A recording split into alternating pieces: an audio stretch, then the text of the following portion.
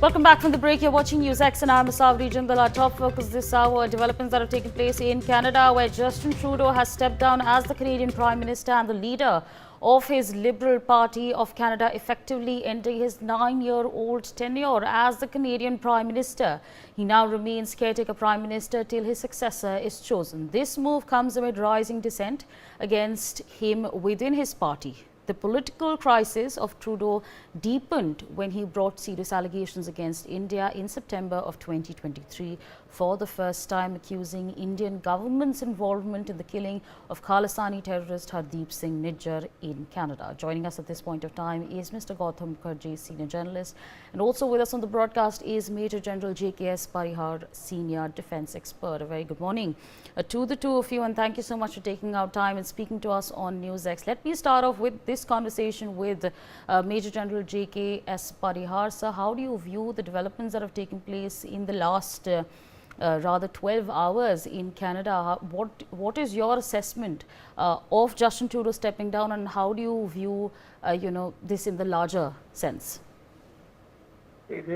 Justice Trudeau's this particularly the second this term has made so many controversial decisions and actions which has disturbed not only the local politics in the Canada but as well as its relationship with India, US and other countries. So obviously the way he was handling it appears to be he was too immature to handle the situation, and his despite his efforts in trade and commercial to improve it, but his political decisions within the Canada was not in the favor of the Canada people per se, and his strained relations, particularly with the US, with the Trump regime is coming up, was the major factor which comes. So India and relations of the Trudeau with India and ongoing possibilities with the strained relationship with the US, probably it has really compounded to the exit of Trudeau. Liberal Party have realized that they cannot go with the election and win under the leadership of Trudeau. It was too much at the incumbency at national and international level controversy. They were forced, and Trudeau was under tremendous pressure from all over. And the way the Conservative Party in Pierre Poilievre is coming forward, the Trudeau has no other reason. In his finance minister resigned just recently. This was showing that there was a lot of turmoil in the Liberal Party, and everybody was convinced, except Trudeau, that the present leadership, the Liberal Party, is going to be win in the election. So probably these are the factors which has led to his exit. It is good for our country, good for the Canada as well, and we hope the next government, whichever comes, if it comes from the Liberal, probably they may not have a total 360-degree shift from the Trudeau's policies, but definitely controversial relations with the India and US will improve substantially, and if the Conservative comes, then Indian relationship with the Canada will return back to the which was earlier in the before 2011. Asher.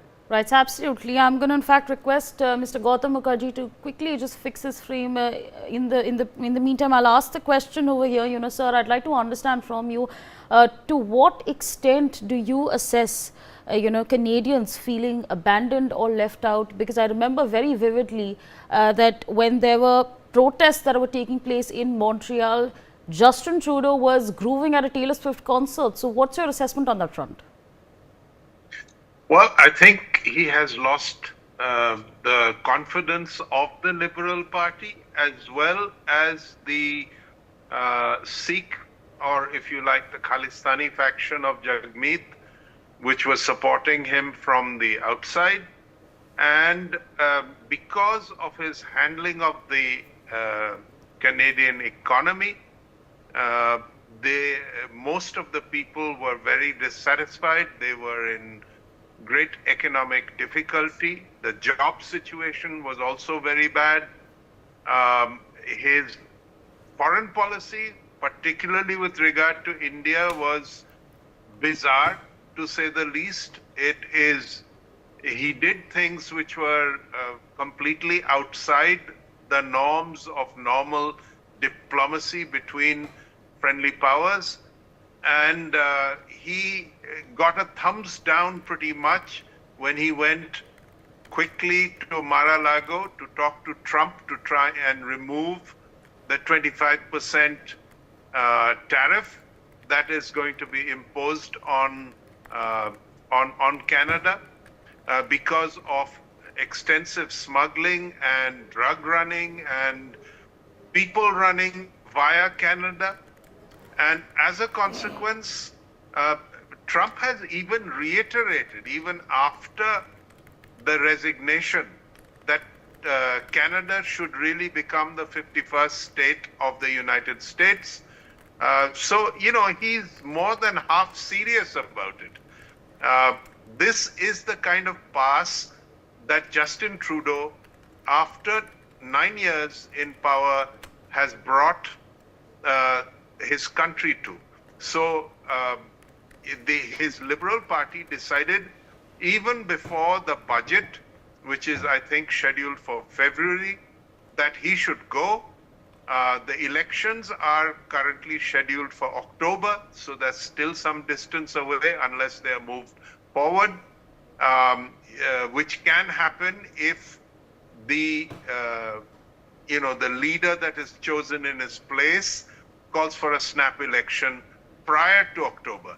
But in any case, the Justin Trudeau era has at the moment ended.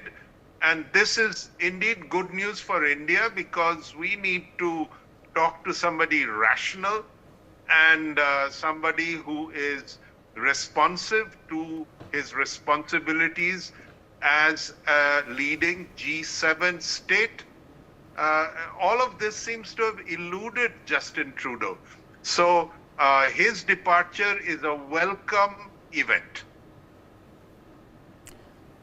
Absolutely, sir, absolutely. In fact, like to rope in Major General J.K.S. Parihar into the conversation. Sir, I'd like to understand from you, the developments that have taken place in the last 16 months have really severed the ties between India and Canada, whether it's accusing us of having any sort of involvement in the death of Khalistani terrorist Hardeep Singh Nijjar, or in fact going out to say that, our Home Minister, Amit Shah, had a role to play, or the Prime Minister had a role to play. How do you then view, to the extent to which Justin Trudeau has gone? Actually, in fact, I never heard and imagined that at the international scenario, some responsible person of a developed country like Canada, the Prime Minister, is accusing the Prime Minister of India and Home Minister for directly engaged with the affairs of the anti-Khalistani activities in Canada or the Chile. It is ridiculous. Actually, no government in the world except one, or maybe you may say, will take such kind of a steps again. And Canada and India, there is no direct neighborhood also. Even if it is neighborhood, our Prime Minister and Home Minister are going to directly engage in such activities. Nobody can imagine. But Trudeau had a guts to specify and spread this kind of a story. So probably this is gone in a very different manner. And see, the Khalistanis are not the pro-Khalistanis. All Sikhs in Canada are not the pro-Khalistanis. There are few elements those who are taking up. The general population of the Indian diaspora in Canada is not supporting the Khalistani movement at all. It was, I would consider it was for his personal interest and gain to maintain this government, which was not under the majority. He had promoted Khalistanis to activation. That was another reason for his downfall. So obviously, whatever he has done, he has to pay for it. And sooner he has gone, it is good for Canada, good for Indian relationship, good for the international issues. My point remains with there whether most likely the conservative will come. Our trade will improve. Trade has already gone quite high. The reasons with this Sikhs and any intervention with the Indian affairs, probably it will go away. Only thing about the migrants, the immigration policy, the conservatives are more conservative about the cuts in the immigration policy. So that may not go in our favor 100%. But Canada cannot ignore that India is becoming a very large economy power, and in other factors also, it is being considered as within a decade, India will be the superpower in so many fields. So no country can ignore the Indian status and relationship with the India, whether it is trade, economic, or diplomatic relations, or the strategic relations. With the Pi by movement, they have tried to dislodge the India. That also will go away. We have almost 500,000 students are studying in Canada. The number will increase. So only part remains there about the immigration policy. The conservatives will take as per their own stand, but it will not be harsh, and they will never support this Khalistani movement. That I am very sure. Right, so absolutely. Mr. Gautam Mukherjee is also with us on the broadcast. Sir, Justin Trudeau and what he's done in the last 16 months has really brought his party to international shame. That's the way, perhaps a lot of people are looking at it. In your assessment, who then in the Liberal Party can sort of uplift? Who is the plausible person who can uplift the party at the end of the day? What's your assessment? Well, his deputy stands a good chance. She managed to distance herself from Justin Trudeau very recently and has a lot of authority in the Liberal Party. So if no dark horse candidate emerges, because you really don't know who else has the broad support of the Liberal Party and is capable of winning an election, because from all accounts, it's the Conservatives that are poised to win the next election in Canada and not the Liberals at all. So there will be a very strong effort made in the Liberal Party to pick a prime ministerial candidate and leader of the Liberal Party who can heal the rifts and win and possibly win the elections whenever they are announced.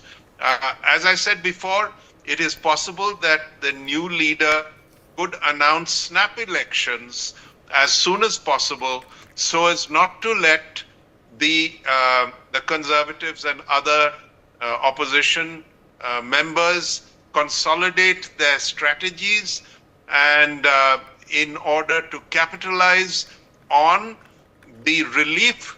If you saw the videos, the Canadians are dancing in the street. They are that happy that Justin Trudeau is gone. And this is not just any one section, but it is apparently across the board. So whoever comes in will possibly try to capitalize on the negativity associated with Trudeau and call for a snap election so that the Liberals can hold on to power.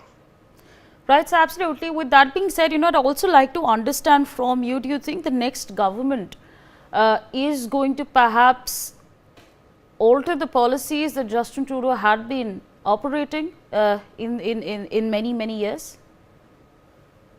Well, I think their first priority will be to, have and build a strong relationship with the United States under Trump. That is crucial for Canada. They are really a satellite state of America. It is incumbent on both Mexico and Canada to have a good relationship with the United States under Trump.